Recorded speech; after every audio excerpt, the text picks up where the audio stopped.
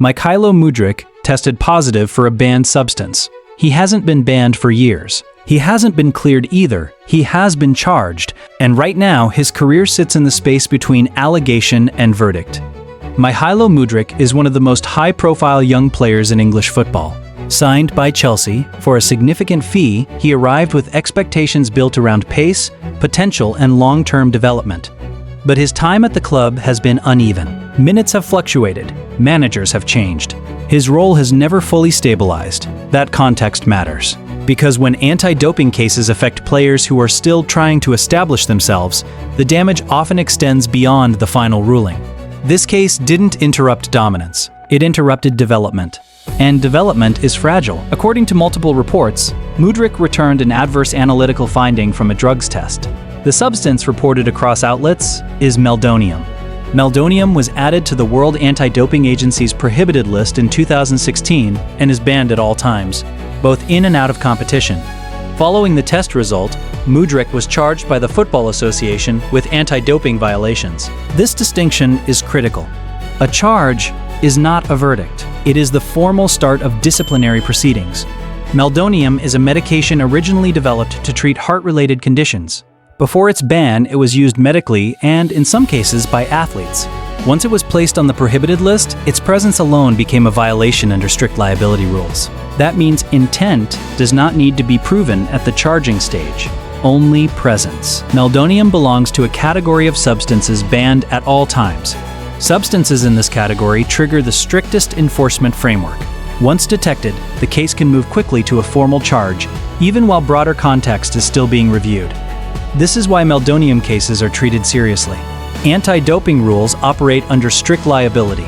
If a prohibited substance is found in an athlete's system, responsibility is automatic. How it entered the body is examined later during sanctioning.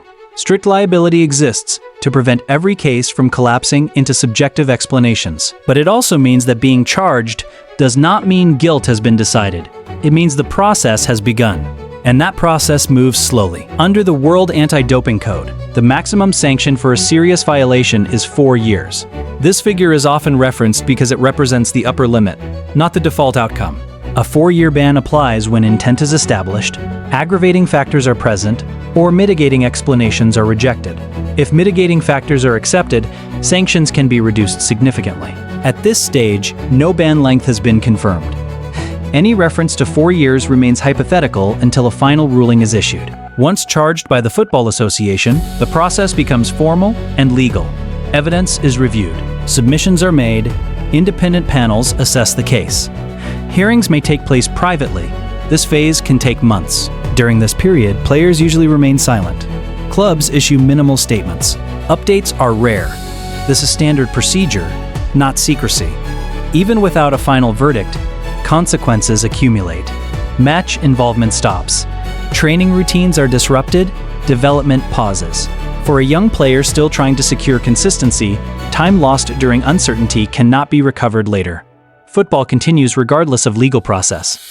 For Chelsea, uncertainty creates immediate planning problems. Clubs do not wait for verdicts to make decisions. When a player becomes unavailable indefinitely, squad roles shift, development pathways adjust, and competition intensifies. Absence does not pause opportunity. It redistributes it. Anti-doping cases follow legal timelines. Football follows competitive ones. A few months can span tactical changes, managerial reassessments, and shifts in squad hierarchy. By the time a ruling arrives, the environment may already be different. This is why waiting can be more damaging than punishment. Not because of the sanction itself, but because football never stops. Fans often reduce cases like this to simple outcomes. Guilty or innocent, banned or cleared. The reality is more fragmented. A charge signals process, not outcome. Silence signals procedure, not concealment. Possible sanctions are not predictions. Until a final ruling is issued, everything remains provisional. Mykhailo Mudryk tested positive for a banned substance. He has been charged. What happens next will be decided through a formal process that unfolds largely out of public view. And by the time that process ends, the cost of waiting may already have been paid. Thanks a lot for watching. If you liked this video, consider smashing the subscribe button. Also, right here is another video we believe you'll enjoy.